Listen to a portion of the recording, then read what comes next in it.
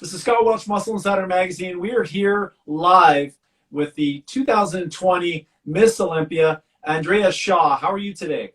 I'm good. How are you? Great. Hey, listen, back-to-back wins, Wings of Strength World Championships. You win this show. 2 weeks later, you go to Orlando and you win that, and now you are officially the face of women's bodybuilding. What does it feel like? It's still settling in. It still feels like it's a dream. It just happened so fast. But it feels really good. It definitely feels really good. It feels as though I definitely made the right decision moving into women's bodybuilding from women's physique. So, I mean, clearly it's the right decision. But, it's just validating because you question yourself sometimes and you wonder if once you commit, there's no going back. So once you decide that, this is the direction you want to go, you just hope that it all pays off. And it definitely did. Now, our Canadian fans will remember that you were at the 2019 Toronto Pro Show? That is correct. That's where I first was introduced to Simon. Okay, and then at that point was it around that time that you started to decide that you're going to go into women's bodybuilding? Because I understand an interview recently you did with Linda Murray that she was also talking you into the moving over to women's bodybuilding. So how did that all happen?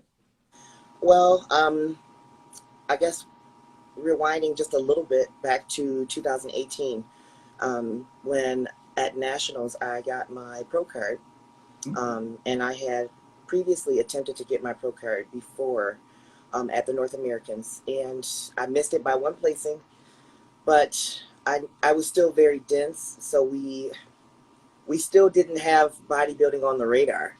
So my mind was still very hardwired towards women's physique. And after getting my pro card, I said, okay, well, I got my pro card. I should be able to compete, as a women's physique competitor. And then the Toronto Pro came around, and I'm looking at a lot of these young ladies backstage, and I'm still the very large girl amongst the lineup. So it became kind of more solidified then that, okay, this is definitely not where I fit.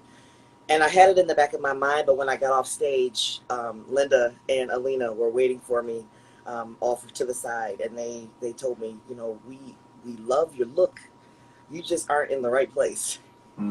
So if you're ready, we're willing to, get you squared away. We'll get you signed up with Wings of Strength pretty much today. And that's how it all happened. That's where it started. Now, you were 11th at that show, so that must have been pretty defeating because obviously you came in you're the best that you could. But who would think that lifting, that you'd be too big for a category because really the women's bodybuilding, there wasn't as much of that until Jake Wood and you really, sort of pushed and nurtured that with this team of Wings of Strength. So for you at that time, I mean, this must have been quite an honor to have Linda because you're from Michigan, she's from Michigan, and I We used to understand you train in did. the same gym. Um, so you guys had a connection before that. Yeah. So I trusted her guidance. And it didn't stop with just her and Alina. I got approached by a couple of judges, a few competitors, Irene Anderson, Yep. Margie.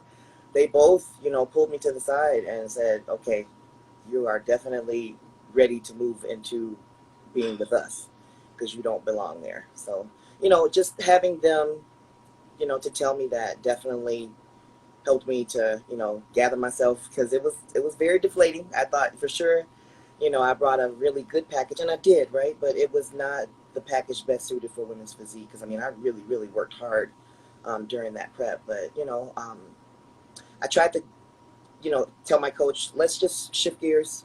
Chicago Pro is coming up in 30 days. I don't even think it was 30 days. And we'll just jump into that one and let's see how we do. And Chicago Pro ended up being good.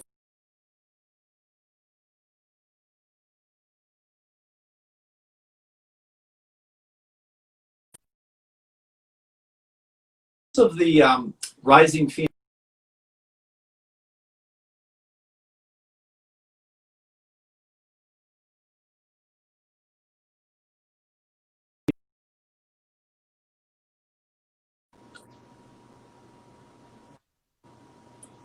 Can you hear me?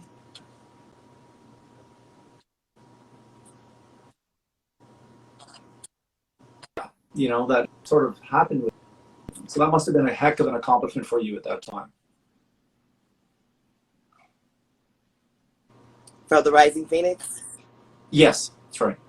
Yeah, yeah. So last year's disappointment at the Rising Phoenix was not fun. It was definitely not fun. I felt like I made the switch to female bodybuilding, and before I got into that show, that was in essence our Olympia. You know what I mean? Since women's bodybuilding had not returned yet officially to the Olympia. And I placed seventh at that show. And I know that leading up to it, I said, should I take more time and, study more female bodybuilding, or should I just try to jump into it and just see what happens? Chicago went well, and, we can just see what happens. I definitely pushed my body harder than I probably should have, because I came into the show just exhausted. I mean, exhausted. But I'm still glad that I did it, only because it kind of lit a fire in me for this year, and I knew I could do better.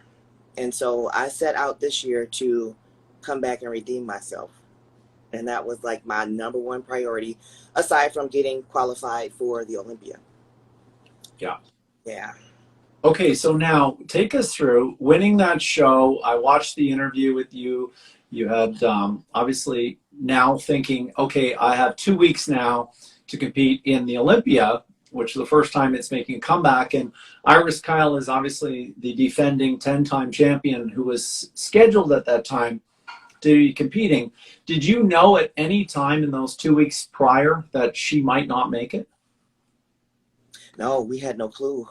And she did make it to the venue. Yeah. So we got through athlete check-in, and I had saw her on the elevator, and she just looked like she was tired. We're all tired. We've been prepping, and it's just, we're depleted. We're at that point where we're just like, let's just get tan and lay down. But she told me she wasn't feeling really well. And, I just tried to encourage her as best as I could, because, she was going to be, held under the microscope, had she been able to make it to the stage the next day. Mm-hmm. And I could maybe imagine the pressure she was under, 10 times coming back after, 6 years. So, I told her, it's been a while since you've been in a prep. Try to rest up. Tomorrow I'll be here and we'll get it over with. Yeah. But yeah, she didn't quite make it since she wasn't feeling really well. But I've heard a rumor or two that she may come back. The women's bodybuilding is definitely back. So I think that it was great to have the excitement of people saying, "Oh my gosh, Iris is coming back, Helle's coming, and Margie's coming," and it was just Irene is coming. It was just a very good energy going into the Olympia, and of course, having won the Rising Phoenix, I was pretty gassed up. I didn't even get off the plane good from Phoenix, and I mean, I told my coach I'm going to the gym. So we didn't waste any time. I really wanted to get back and get focused, because in my mind it was 2 weeks, yes, but I really only had a solid week to get in and make any adjustments and improvements that I could, because the last week is pretty much depletion. Yeah, you're working, but it's not, most of your work should be done by the time you get to that final week. Yeah, and your coach is John Simmons, so he was going to tighten you up into the Olympia. So what did he do differently with your diet and training in those 2 weeks to change your physique and get yourself tighter and more shredded for the Olympia? He definitely took a finer tooth comb, and we looked at everything that I was eating, and my diet was primarily fish, any green veggies, but we took a fine tooth comb and started going through anywhere there could be either hidden salt, be it in water, the fish, how the fish may have been preserved. We made sure that we went through, and some of the fishes had to go. Some of the water I just had to, switch over to, something that was, completely distilled and nothing else. Mm. So that was probably the biggest dietary change. Aside from that, I was able to bring my cardio down a little bit, but the intensity went up. So it became a huge welcome to me to not have to do, an hour of cardio. It was just a lot easier to be able to say, you know what, if I got 30 good minutes to really hit it hard and fast, my body's going to get pretty much the same benefit as if, I were to do a moderate pace for an hour. So to me, that was perfect. And, I tried to make sure that I abided by a certain time with my cardio. We wanted to keep the cardio pretty close to my bedtime, because in that way when I sleep, it's going to be, a fasted times Yeah. whatever energy I was able to expend.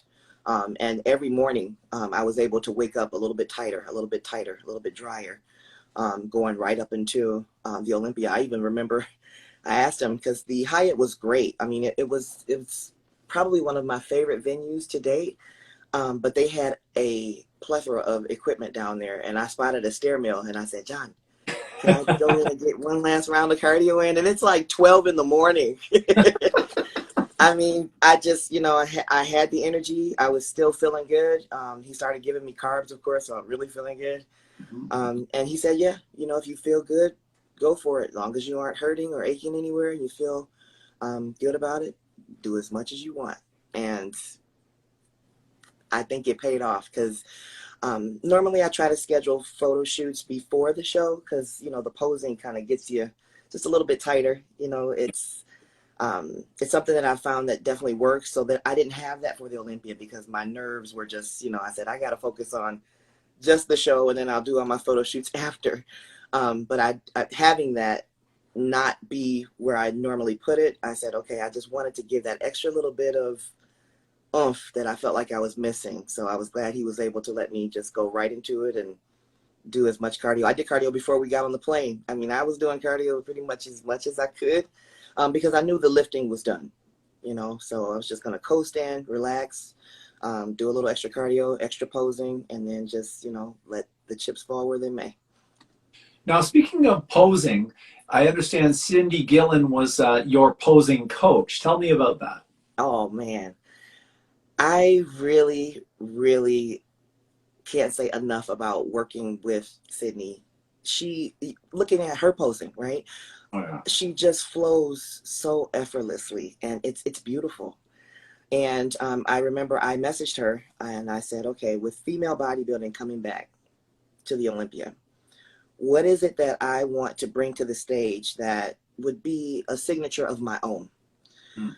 So again, I went into the Rising Phoenix last year. I was still learning bodybuilding poses, getting more comfortable with, the added size, and just how my body was kind of taking shape now that I was able to remove certain restraints. And so I said, you know what, if I had the opportunity to work with Sydney, I think she would be the best fit. So I messaged her and I said, do you work with any female bodybuilders? I seen she worked with women's physique, obviously figure, bikini. And Yeah. she said, I sure do. And her background, she had a documentary out where she used to judge. So she has a very refined eye for the details. And that was something that I knew that if I was able to allow her to really help me display what I knew was always in there, the best way that I could, at the best angles that I could, that I had a really good chance of nailing it. And I mean, she was tough. She was tough. I mean, she had me sweating, like sweat was dripping from my eyelashes, and she would just really continue to tell me, you can't let go right now, because right now you're in front of the judges. So we don't want to see that. Go back over there and start over again. And I mean, it started off hard, but she would, continuously refine me. She would answer any questions that I had. And she gave me a really good piece of advice going into the Olympia, because I was a little nervous. I said, should I get more sessions with you? Because I didn't want to bother her. She was in her prep too. She worked with me right up until Rising Phoenix. So, I wanted to just make sure that, If there was anything else that I needed to cover, I wanted to make sure that, we were on the same page. And she told me, relax, you're ready. You got to treat this show like any other show. Yes, it's the Olympia, but you need to go into it just as confident as you would any other show. And that was something that, I continued to rehearse in my mind as, I would start to get a little nervous. And it just would calm me down. And yeah, I'm glad she did. She's an amazing coach. And I can definitely tell from the stage shots that the work we put in, it was worth every minute. Yeah, your muscle control was outstanding, and your midsection. I mean, I've seen a lot of different people commenting on how tight your midsection was, and you were able to obviously combine muscularity with femininity in a real graceful way on stage. Now, in terms of the Olympia, when you were on stage and the girls started to come out, did you see was there any sign of Iris backstage at all? No, no. Wow. By that time, before we even got a chance to uh, confirm our tanning and pump up area, we had pretty much been told that I forgot her number, but she wasn't going to Okay. be there, and to lift her up in prayer because she was rushed to the hospital. So Yeah. me and a few of the other young ladies, we just took a moment and said well wishes for her. But at that time, when we got down there to the area, we knew that she wasn't going to make it. So, yeah, but it sounds like she's doing well now, which is a huge plus, Yeah. because we don't want to see somebody who's been such a legend in the sport, not do well. Yeah, one of the things I really love about women's bodybuilding and Wings of Strength have really fostered this is the camaraderie that sort of exists. People are really supportive to one another. From my perspective, I don't see it from your perspective, obviously, as the top girl in the industry in this category, but as a media associate here, I just see that there seems to be more camaraderie on that category than maybe some of the other categories where you see that. Absolutely, absolutely. And I mean, I keep in touch with the girls, even some of the newer girls that have come in. Because if they have questions, especially if they're coming over from physique, Yeah. there may be a little anxiety. I was there, so I try to be, open to whatever questions that they have. Yeah.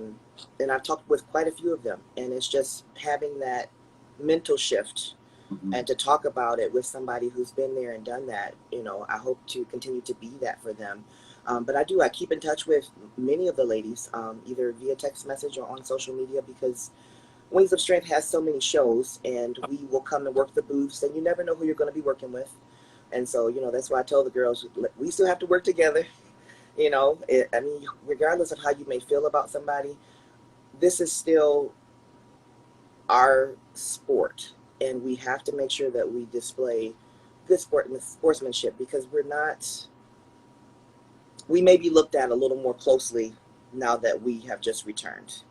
Yeah. We have some people who said, it shouldn't come back. We don't want to see that anymore. We have to make sure that we build, I would say, maybe a comfort zone within our nest to be able to discuss things or disagree agreeably, but we want to make sure that we always keep what's at the forefront the most important. We are performers, and we are here to promote bodybuilding and engage the fans. Without the fans, we don't have a platform to compete on.